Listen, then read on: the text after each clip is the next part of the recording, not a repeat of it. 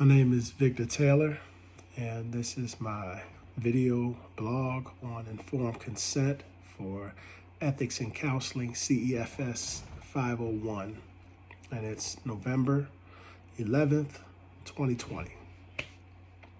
So first of all, I want to talk about the ACA Code of Ethics, and in Section A2, it talks about informed consent, and it goes over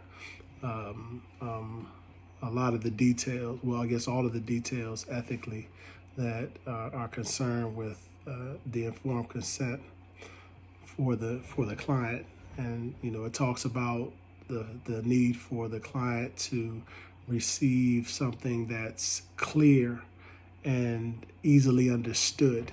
I thought that was real good. And it also says that you have to not only write it out, but you have to explain it to them. You have to have a conversation with them, giving them an opportunity to ask any questions that they may have. It talks about in the informed consent that they have the right to leave counseling if they choose to. It talks about billing or non-payment, how those things work out, whether it be through a counselor, whether it be a copay, if you don't show up for your appointment. All those things are to be discussed. Confidentiality is another a big one, as far as what the limits of confidentiality, whether it's court cases or threats of abuse or harm to another or to yourself. The informed consent form that I downloaded was from True North Christian Counseling, and it was pretty much the same as the ACA Code of Ethics.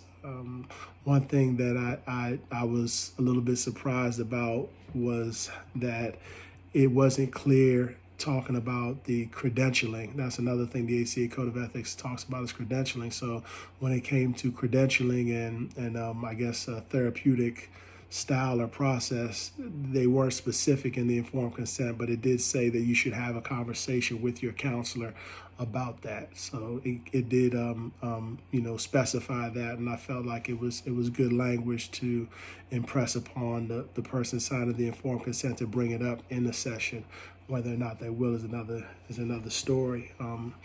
For my state in Maryland, it was again, consistent with the ACA Code of Ethics. I think one thing that I noticed was it talked about giving informed consent for implications of diagnosis. So you have to talk with the client beforehand and let them know what the implications of a diagnosis are, and also explain to them the use of tests and reports. The source that I used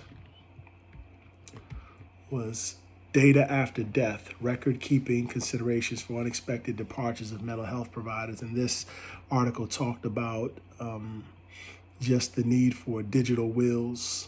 Okay, it talks about the unexpected departure of counselors and what that can mean for clients who need continued care, when there's no way for anyone to retrieve those documents. They're not locked in a cabinet where they can be accessed, but behind passwords. And it just really talked about that, which I thought was very interesting when it comes to ethics. And also there were conversations about social media and those types of things in the presentation that I watched that was in our module. So thank you.